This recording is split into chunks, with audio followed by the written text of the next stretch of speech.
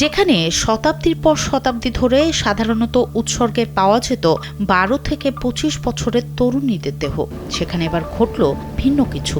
মিলল 1300 বছরের পুরনো এক রহস্যময় পুরুষের কঙ্কাল। প্রত্নতাত্ত্বিকরা এই কঙ্কালের নাম দিয়েছেন লর্ড অফ দ্য চ্যানেল।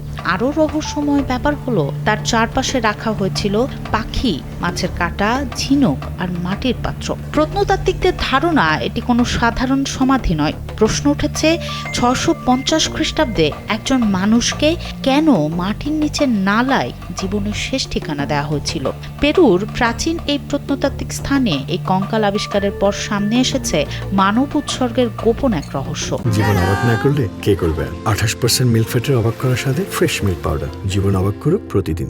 সংযুক্ত আরব আমিরাতের আবুধাবি ভিত্তিক ভিডিও সংস্থা ভিওরি এসব তথ্য নিশ্চিত করেছে। পেরুর মিরাফ্লোরেসের হুয়াকা পুকলানা প্রত্নতাত্ত্বিক স্থানে লিমা সংস্কৃতির এই অনন্য ভূগর্ভস্থ নালা আবিষ্কার করেছে দেশটির সংস্কৃতি মন্ত্রণালয়। সম্প্রতি ধারণ করা ফুটেজে দেখা যায় প্রত্নতাত্ত্বিকরা ব্রাশ আর এয়ার ব্লোয়ার বাতাস দিয়ে আলতো করে 1300 বছর আগের জমা ধূলিঝড় সরিয়ে উত্তোলনের কাজ করছেন।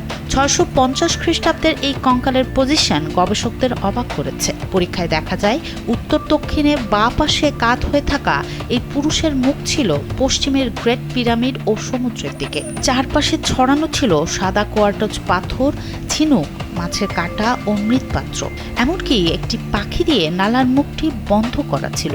শ্রোণীচক্র ও মাথার পেছনের হাড় দেখে লিঙ্গ নির্ধারণ করা গেলেও তার উচ্চতা, সঠিক বয়স ও মৃত্যুর কারণ জানতে নৃবিজ্ঞানীরা গবেষণা চালাচ্ছেন। 2020 সাল থেকে চলা এই গবেষণা প্রাচীন লিমা সংস্কৃতিতে মানব উৎসর্গ ও ভূগর্ভস্থ স্থানের ধর্মীয় ব্যবহারের গোপন রহস্য উন্মোচনে নতুন দিগন্ত খুলে দিয়েছে।